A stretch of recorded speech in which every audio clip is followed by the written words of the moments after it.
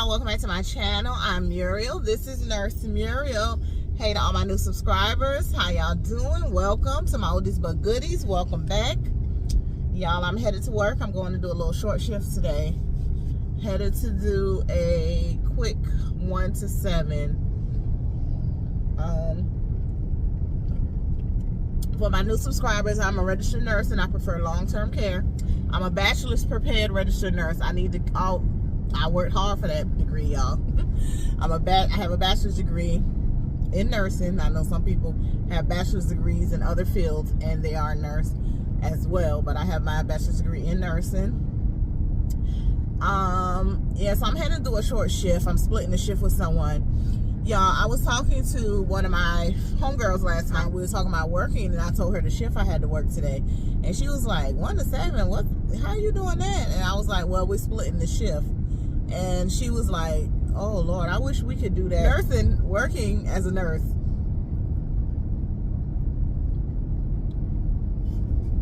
In long-term care, it does get irritating at times. It's less irritating at times, but the ability to do your schedule the way you want to is just a blessing, y'all. I've been doing this forever. Let me tell you, I've been working, y'all, for those of you who are new, I have been a nurse for I graduated in 2001 and I took my NCLEX in 2001. So I've been a nurse 22 years. I was an LPN for 18 years. And I've been an RN now for 4 years. Is that mathing? Yeah, that's mathing, I believe. Anywho, I have always made my own schedule as far as how I wanted to work. Except for the times that I worked in a hospital. Now, we know we self-schedule in the hospital. But I didn't have the ability to, like, split shifts and stuff like that. Long-term care, y'all. Let me tell you, we be splitting up them shifts like it ain't nothing. When there's a 12-hour shift available and you know you want some money, but you don't want to work a whole 12 hours, but you want to make you a quick $200-300, child, we be going up in there splitting shifts all the time. We'll be like, okay, well, I can do 7 to 3 if you can come do 3 to 7, or I'll do 7 to 1 and you come 1 to 7. Like, we be splitting up them shifts, like, make us some money. That way, we're not giving up a whole 12 hours of our day at work, but we're still making money. And if there's something that needs to be done, say your child got something going on at school in the morning and you're scheduled to work, you just ask somebody, hey, can you work the first part of my shift for me? And whatever, because there's always somebody looking to make some money, but they don't want to work a whole 12 hours. And so I do it all the time. Sometimes, y'all, when I used to get canceled from them shifts from the other facilities, I'll just throw it in the group chat and be like, hey, anybody want to split their shift with me today? It's always somebody that's scheduled to work who don't want to stay there the whole shift.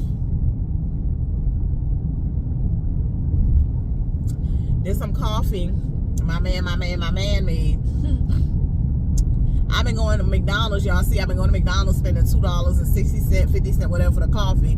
His damn coffee tastes better than theirs. Yeah, so in this video, I'm rambling, but I came to y'all to talk about agency, working for your new nurses who are graduating, and all the above, nurses who are in school. On this video, I want to talk to y'all about agency working. So yeah, agency nursing. So I have been working with agencies for the past like 6 or 7 years. Pre-pandemic, I was working as an agency nurse. I just didn't do long distance agency nursing or travel agency nursing. But I've worked as an agency nurse for when I was an LPN. I started as an LPN working as an agency nurse. It probably was closer to 8 years, to be honest. I did a stint as an agency nurse back in 2004, but I only worked at a local agency and I worked one shift somewhere, and that turned me completely off. Agency nursing has been around forever, y'all. It's nothing new. It's not new. It's not new. When I became an LPN in 2001, which was 23 years ago, and I worked at the hospital, I worked with agency nurses then, and they were travel agency nurses. And then I know that the agency nursing probably goes back 30, 40 years. It's nothing new.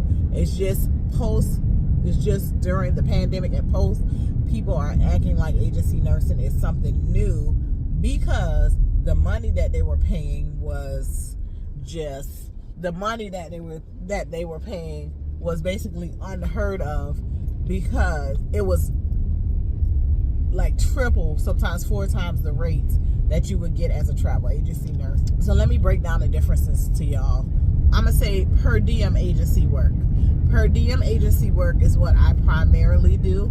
I right now work through 2 companies. I work through one called ShiftKey, and there's one called Integral. ShiftKey is just about everywhere in a lot of different states in the United States. I don't know if they do international, I don't know, but I know in the United States there are a lot of different facilities that ShiftKey is contracted with. With ShiftKey, they post their shifts on an app. You can you make your account, you put your zip code in, you can put how many miles you're willing to travel, and when you go and hit a button that says find a shift, they will tell you all the shifts that are available within that radius that you put in. And what you do is you go in and you request the shift, and you just wait to see if the shift if your request is accepted. You can increase the money. Like, say a shift is offering $38.50 an hour, you can go in and try to increase the money. And normally, if one says like $38.50, I increase it to like $40 for that shift. If you increase it too high, it'll tell you that the default to the rate that they were already offering, and then I just take it down a little lower.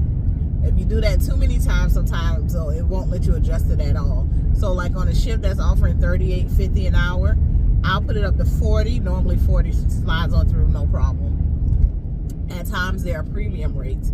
Premium rates usually happen during the holidays, and when someone last minute doesn't show up for a shift and they need someone immediately, or if no one ever picked up the shift and they need someone immediately, they'll throw a premium rate in there. So a premium rate here in the South right now in South Carolina for LPNs and RNs on ShiftKey, it runs up to like $53 an hour. Sometimes 60. In the holidays, I've seen them offer 65 or so. That's how you can really make some good money. But just know, when them things hit premium rates, that's when all the nurses are trying to get that one shift, and it's almost like a first come first serve on those premium rates.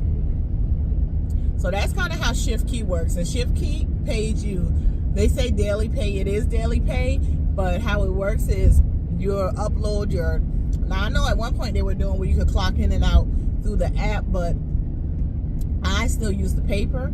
You work, when you come into work, you have a nurse sign at your start time that you arrive, and then you have a nurse sign for your time that you leave. Then you take a photo of your timesheet and you upload it to the app, and once it gets approved, they'll deposit the money into your account, sometimes that same day. So like if I work a shift of 7 a.m. to 3 p.m., I upload it, it gets approved. Sometimes by 5 p.m. my money is already deposited. I use a pay card. So if you use a pay card, I switched to a pay card. I was doing weekly pay, but I went to daily pay. So I have a pay card. My money gets deposited on that card within, most of the time if I'm working during the day shift, within like 2 hours of my shift, the money is deposited. If I'm working an overnight shift, sometimes it takes a little longer because you get off 7 in the morning. Sometimes it takes till about 10 o'clock that morning for your pay to be deposited to your pay card. And that's how ShiftKey works. Say I want to go and I want to take a vacation somewhere. I want to go visit family members.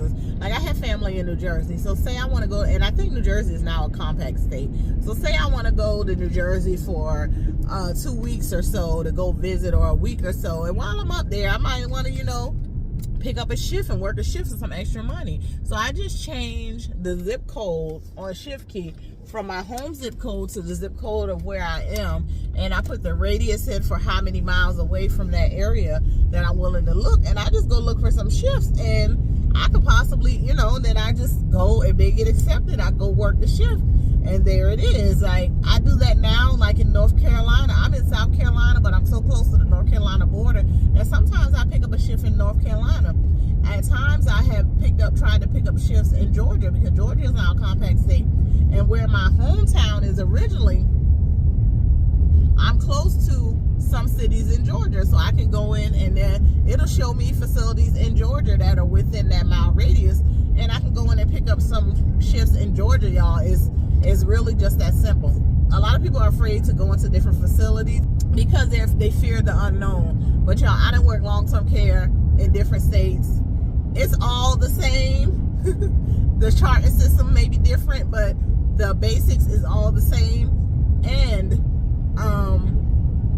the basics of it is really all the same, you know. So I'm not afraid to go to North Carolina, Georgia, and work a shift in a long-term care facility. Now, I may not do that at the hospital, and I don't think it's that easy to get a shift in a hospital through that type of agency. I'm not sure. I've never done it. There are some hospitals that pop up on my Shift Key app. It's like little town hospitals, and I haven't tried to get into one of those because I haven't done, you have to do an assessment before they even let you pick up shifts, and I haven't tried to do the assessment for medical surgical. I'm thinking about trying it just so I can go possibly pick up some shifts in that hospital, because it's a little hometown hospital, but the rates start at like $55 an hour.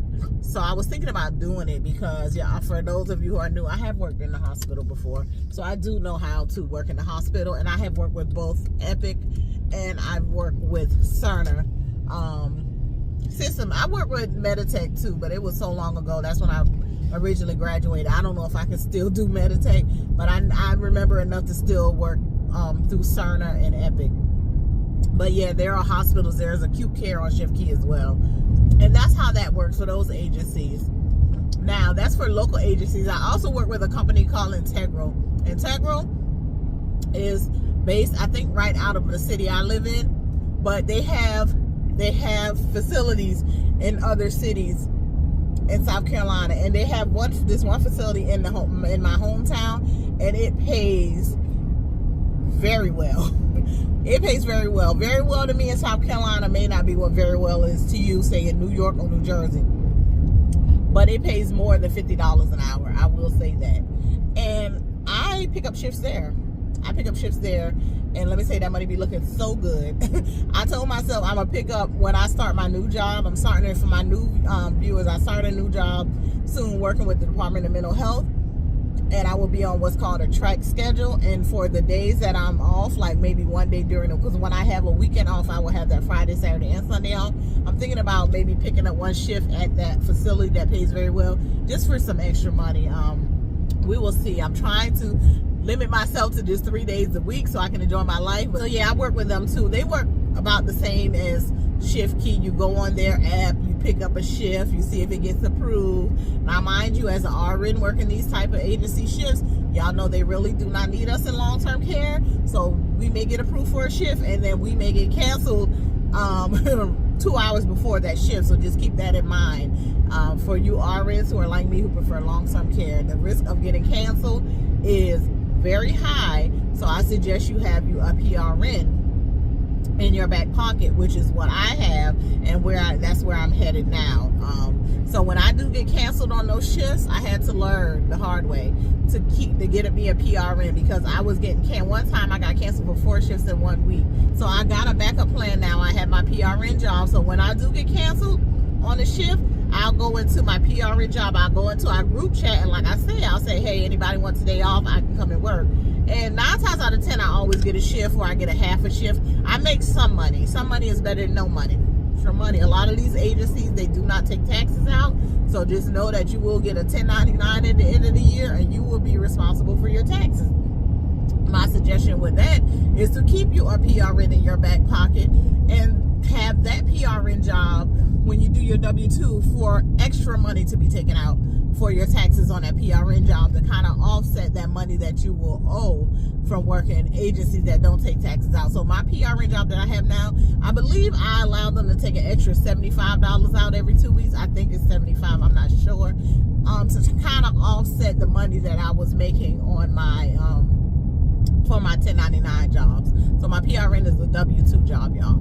And like I said, I opted so it could take extra taxes out to kind of offset some of the money that I was making. I was not paying on the 1099s, and I'm sure I still should have did a little more, but it is what it is. We'll see how this tax season goes.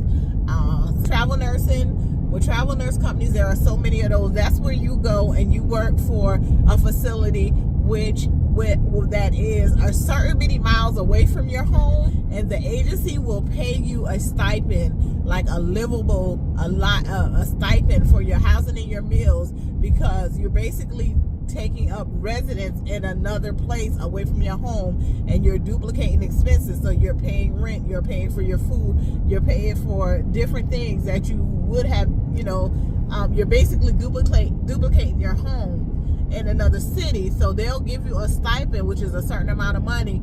They'll pay you that for the convenience of you having to pay rent or for living or housing and meals in another area. So I will break down my contract. I had a contract, I can't remember if it was in 2023 or 2022, to be honest. I got a contract for a facility that was 120 miles away from my home. So for me to work that contract, I had to not live in my city. I had to live, near or wherever, close to where the facility is or wherever. I had to live away from my home up to a certain amount of miles away from my home. I had to have to duplicate expenses or whatever. So I stayed in the hotel, y'all. And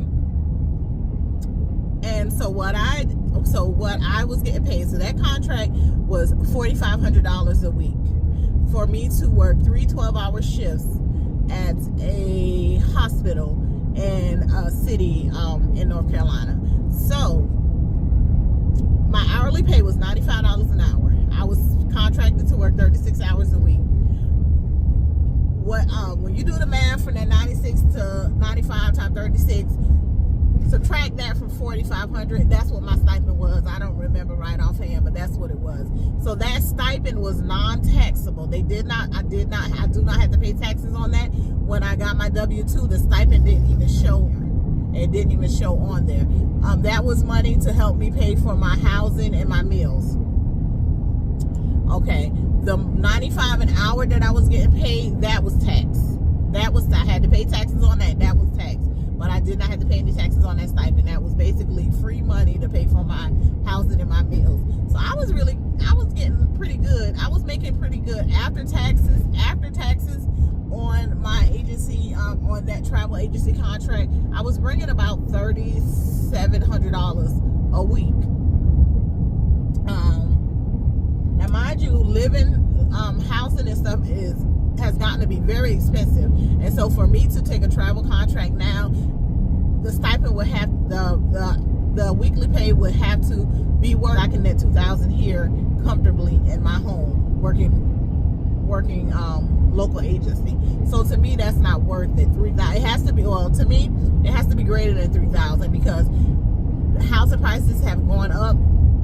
If I'm having to go somewhere and I'm going to have to pay for their housing and pay for meals and stuff, even if it's about $700 a week for me to stay there, I'm going to bring home, because if it's $3,000, you're not going to bring home $2,300 after the $3,000, because once you pay for your housing, you still have to pay taxes on your hourly rate. So say you get a contract for $3,000, you plan to spend $700 a week out of pocket for living. That brings it to $2,300. But once you pay taxes, it's going to bring that down to probably about $2,100. So you're bringing home $2,100 a week. But me personally, I can bring that home working in long-term care near my home, sleeping comfortably in my bed every night, not having to call and check up on kids and do all that, because I can come home every night. So to me, $3,000 is not an attractive amount, but it may be for some people. But it's not for me. And it's not for me. Now, to someone who say they're going to work in a city or somewhere where they have a relative living, and you make up an agreement with that relative, hey, say you're going to give that relative $1,000 a month. Now, that's attractive, because that's basically $250 a week. You're still bringing bringing in a lot. You're still able to retain a lot of your money. So you got to weigh the pros and the cons when it comes to that travel nursing. But those contracts, you apply with the travel company. They'll give you a recruiter. The recruiter or throw out some different contracts that are available. You agree to them. They submit you for the contract. If the facility wants you, they'll choose you. You'll get the contract. There's all kind of modules, all kind of pre-employment thing you have to do. They used to pay you to do the modules because it takes hours upon hours to complete modules for some of these hospitals. Nursing homes, long-term care, not so much on that, but hospitals is hours upon hours. At one time they was paying you for that. I hear some companies are no longer paying for that, for those hours and hours to do those things. And then you take a chance of doing all those hours and hours of pre-employment modules and then getting canceled for the contract because the facility now has low census and they don't need you anymore. So it's a little risk you take basically when doing those travel jobs.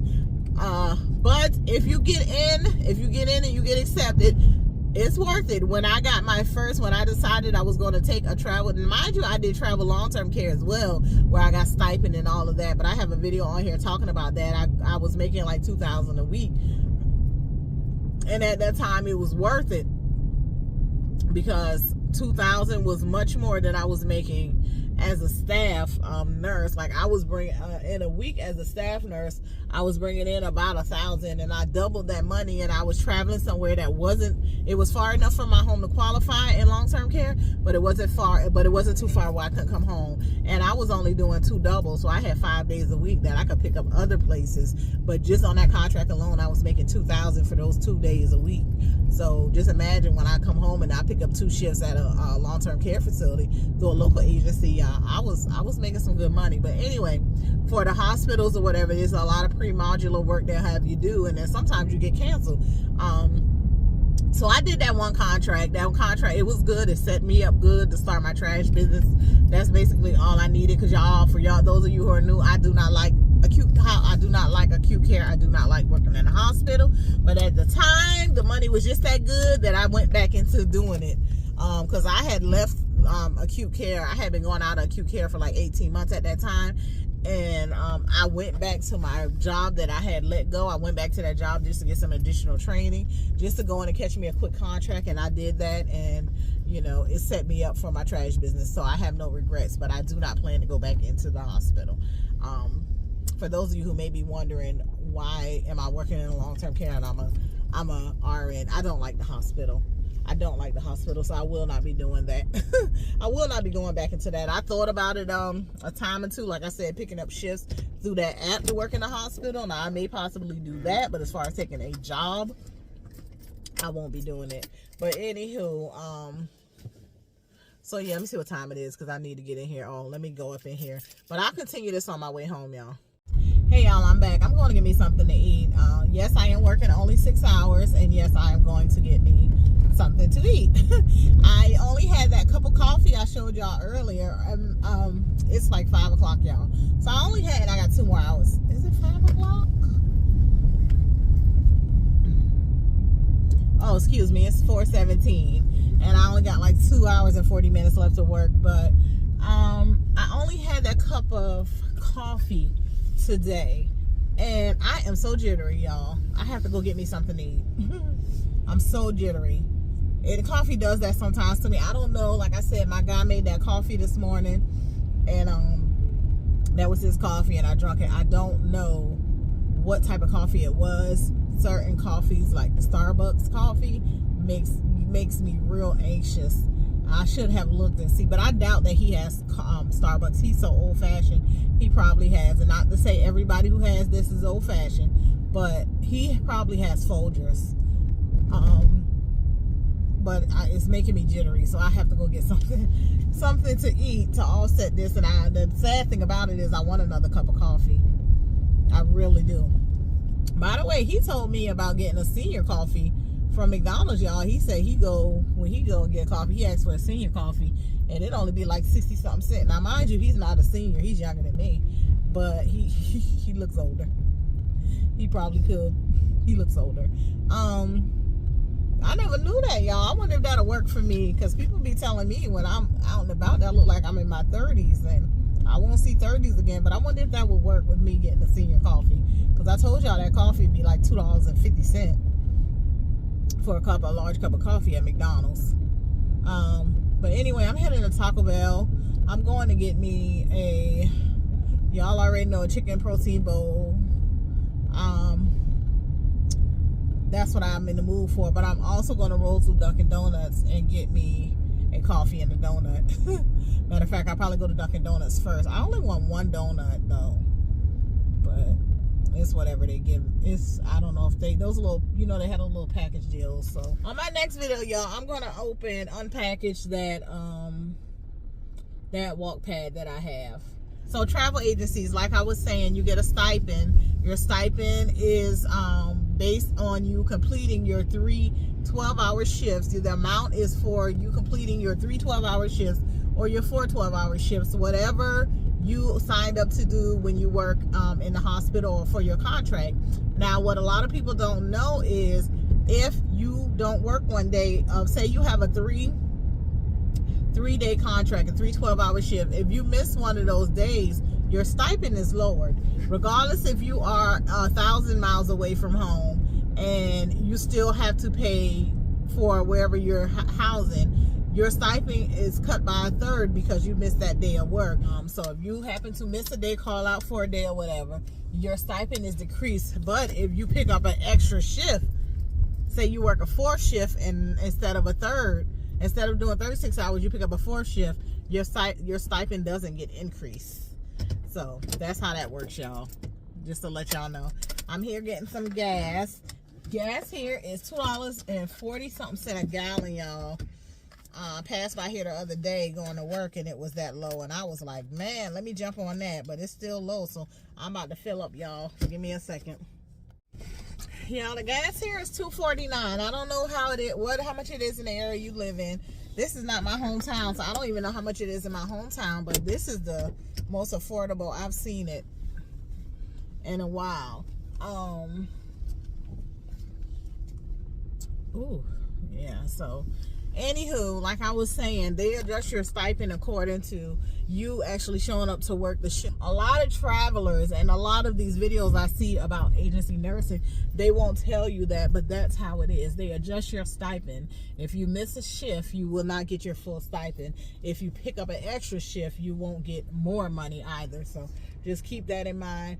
But agency nursing, it seems like it has kind of, I'm not gonna say dwindled down, because I still get text messages every day. I need to stop them because I'm not taking another I'm not taking a travel assignment. But the money is, ooh, Lord, about to miss the turn. But the money isn't doing what it was doing back when you know, everything first kicked off. Like, I do have coworkers who traveled and got those $10,000 a week assignments. I've had coworkers who got $7,000 a week. I have peers who are still traveling. Like one of my closest friends, she's still traveling. She's on a travel assignment until I think this month she ended it because she extended it, and the money was still worth it to her. But for me, I'm already getting tired of I'm not gonna say I'm getting tired. I'm going back full-time staff, and I was going to go back full-time staff in long-term care, and that's how I ended up getting the job that I have now, reaching out to one of my former co-workers, and she telling me about where she's working. So yeah, traveling is just, I don't know. I don't even know if the money is still out there like that. I'm in some travel agency groups, and the nurses are just complaining about the money and how bad it is in these facilities right now, and I'm just not for that. Okay, I want to get a hot medium coffee. All right. I want to get 3 Splenda, 1 cream. Okay. And I'll get a classic donut, whatever. Which ones are the classic? All right. Will that be it? That's it. So, yeah, that's it about really travel and nursing. Anything else going on right now with travel and nursing? But if you want to, go on Facebook and join some travel nurse groups, because you'll learn a lot. They have one group that tell you like before I took the assignment I took at the hospital I went to in North Carolina, I found different discussions about that hospital in that group, so I knew a lot of stuff going in. about how that hospital was. And everything they said was true. You know, some people I feel like complain just to be complaining, but everything they said was true. Different things that were mentioned, they all turned out to be true. Oh, this is the classic donut I got, y'all. So yeah, y'all. If you have any questions about travel nursing, put it down below. It's probably something I forgot to tell y'all about, because it's a lot. There is a lot with travel nursing. But if y'all have any questions, just drop them down below. I'm pretty sure I probably can answer them for you. I'm hoping I can. I'm gonna put it like that. I'm Muriel, and thank y'all for watching. Until the next one, bye.